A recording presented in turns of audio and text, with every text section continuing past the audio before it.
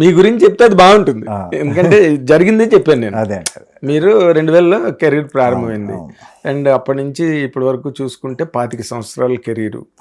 ఏడాదికి యావరేజ్ని చూస్తే ఓ 10 సినిమాలు గ్యారంటీగా ఉంటాయి. అన్ని పెద్ద సినిమాలు, పెద్ద ప్రొడక్షన్స్, పెద్ద డైరెక్టర్లు, పెద్ద హీరోలు, అసలు ఎక్కడ బీభత్సం అన్నమాట. ఈ మధ్య రోజుల్లో ఇంక పూర్తిగా హైదరాబాద్కే అందకుండా, అంటే కొంచెం ఇప్పుడంతా కూడా లక్కీలీ కొంచెం ఇప్పుడంతా గ్లోబల్ అయిపోయింది కదా సార్ సినిమా.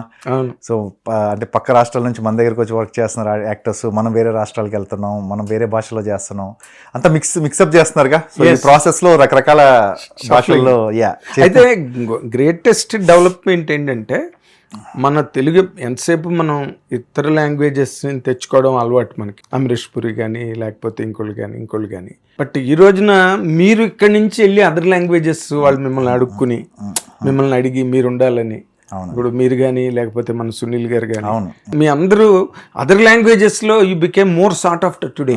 అవునండి, అదేనండి. ఇట్స్ ఆల్ బికాస్ ఆఫ్ అంటే ఇదంతా కూడా ఇప్పుడున్న పాన్ ఇండియా దీనివల్ల జరిగిన బాహుబలి అండి. One straight reason is mister Rajamouli గారు బాహుబలి.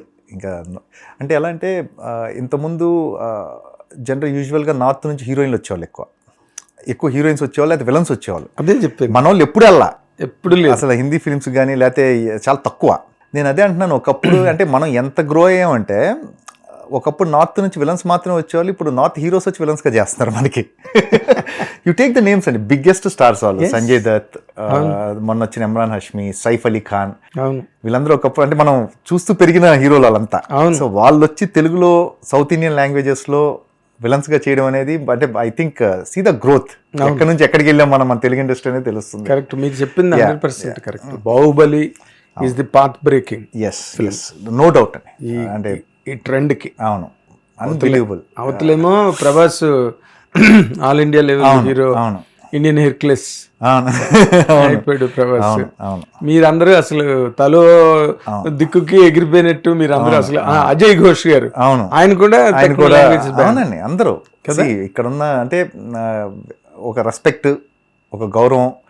ఇంకా చెప్పాలంటే ఇంతకుముందు మామూలుగా సౌత్ నుంచి వస్తే పెద్ద పట్టించుకునే వాళ్ళు కదా నార్త్లో. ఇది ఫ్యాక్ట్, ఇది చాలా ఏళ్ల క్రితం కూడా జరిగేది. అది ఇప్పుడు అదేం లేదండి, విపరీతమైన రెస్పెక్ట్ ఉంది, ఎదురు చూస్తున్నారు. ఏమైనా వచ్చినా కూడా వాళ్ళ రిసెప్షన్ చాలా బాగుంటుంది, రిసీవింగ్ చాలా బాగుంటుంది, మంచి వాల్యూ పెరిగింది, రెస్పెక్ట్ పెరిగింది. ఇంకంతకన్నా ఏం కావాలి. ఇక్కడ కథ రచయితలకి, ఇక్కడ కథలకి ఎవ్రీవన్, టెక్నీషియన్స్ కానీ రైటర్స్ కానీ ఎవరన్నా ఫస్ట్ తెలుగు నుంచి వెళ్తే రెడీగా ఉన్నారు బాంబే వాళ్ళు. ముందు అపాయింట్మెంట్లు దొరికిపోతున్నాయి ఫస్ట్ సంగతి. తర్వాత ఎంతవరకు పని అవుతుంది పక్కన పెడితే ముందు వెంటనే పిలిచి కూర్చోబెట్టి మాట్లాడుతున్నారు. కరెక్ట్.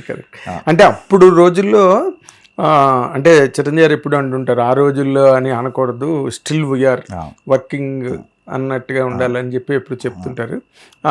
కానీ ప్రతిబంధు సినిమా ముందు జరిగింది అదేదో ఈవెంట్ కి చిరంజీవి గారు వెళ్తే, అవును ఆయన చెప్పారు కూడా స్టేజ్ మీద. యాక్చువల్లీ పర్టికులర్లీ ప్రెస్ మీట్ వాళ్ళు ఫీల్ అయ్యారు. అవును, అది వీడియో కూడా బాగా వెళ్ళిందండి, బాగా వైరల్ అయింది. ఆయన అంతే ఆ రోజు చాలా అగ్రెసివ్ గా మాట్లాడారు Chiranjeevi garu. See where we are. అక్కడ ఒక ఎన్టీ రామారావు ఫోటో లేదు, నాగేశ్వరరావు ఫోటో లేదు, ఒక రంగారావు ఫోటో లేదు, ఎవరి ఫోటోలు లేదు, ఫీల్ అయ్యి ప్రతిబంధ్ చేశారు. అవునండి, అవును. ఒక్కసారి షేక్ అయింది బాలీవుడ్. రైట్, ప్రతిబంధ్కి. రైట్ అండి, అవును. ప్రతిబంధ్, ఆజ్కా గుండరాజు ఆ టైంలో. అవును, అప్పుడే చేశారండి ఆయన. యాక్చువల్లీ పాన్ ఇండియన్ ఫిల్మ్స్ అప్పుడే స్టార్ట్ అయినాయి, ఆయనతోనే స్టార్ట్ యాక్చువల్లీ చిరంజీవి.